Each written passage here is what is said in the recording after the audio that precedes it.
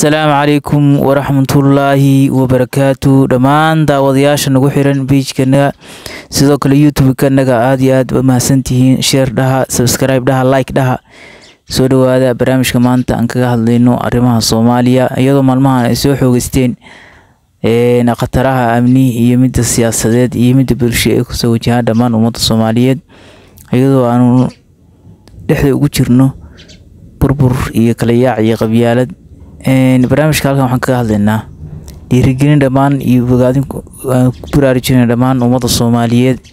qaasatan dhalinyarada iyo aqoon-yahanada dhamaan qof kasta oo Soomaaliya maanta wax u tari kara afi iyo adin haddaan Soomaaliya maanta wax u tari karin oo macnaha aad wax kala hayn laakiin ha ka qayb noqon inaan noqoto dadka burburinaya caqabad u noqonaya hadalaad maanta tiri iyo noqonin mid ay eersan doonto dhamaan dhalinyarada ka dambeysay jiilka soo socda qaranada Soomaaliya waxay ku xiran tahay wadajirka ummadda Soomaaliyeed iyo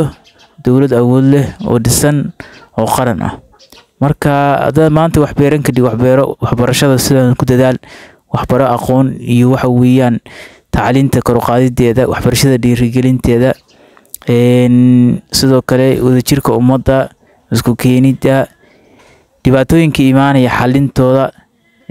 sidoo kale waxyaalaha aad u fara badan baad ka qayb qaadan kartaa laakiin ha noqonin qof qabyaalad iyo cudurku uu saameeyo oo bulshadiisana ay isku dira dhamaan isaguna ay burburto isagoo uu maleynayso qabiilkiisa difaacaya maanta aad noqoto qofka burburinaya qabiilkiisa sababta qabiilka danta qabiilkaaga waxay ku xiran tahay danta Soomaaliyeed oo dhan danta qaranka ay joogaan marka dhishika yar oo isku sawiro qabiilkaaga isku sawiro hadii macna leeyahay waxa ma soo goyni meeshan diyaarado iyo dooni xawaal isku adeegsanayaa marka waxa qasa ka dhacaya ku filan maanta xeebahanagii baa loo soo jeestay dhammaanka dhalinyarada Soomaaliyeed aqoon-yahanadu waa inay soo jeestaan haweenku soo jeestaan dawladda aan dhisno sida kaliya aan isku difaaci karno waa kaliya inaan dhisano dawladdanada horumarino ciidankayaga dhaqaalahayaga wadajirkayaga